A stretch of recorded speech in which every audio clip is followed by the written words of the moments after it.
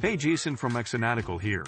In this short video, I'm going to demonstrate how SafeDoc removes inappropriate functions from Google Sheets. Google Sheets has a huge database of functions. As you may not notice, some functions cross the line, allowing students to download data from the web. An example is the image function.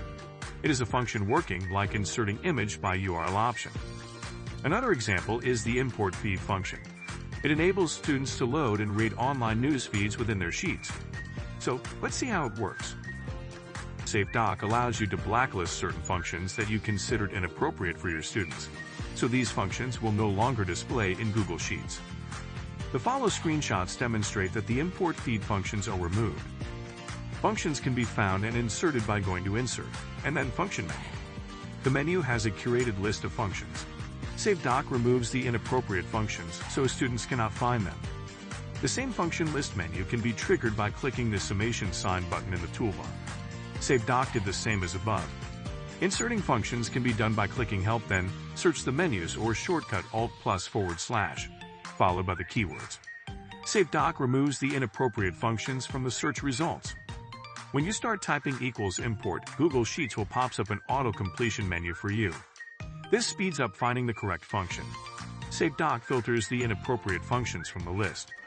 In the meantime, Google Sheets will also display an assistive function usage dialog. It includes function examples, a description, and the format of each argument.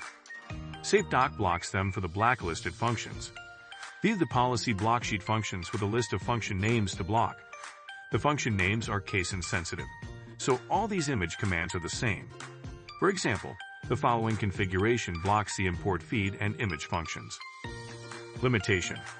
Although SafeDoc cuts the accessibility as if the inappropriate functions never exist, SafeDoc do not interrupt the functionality of these functions per se.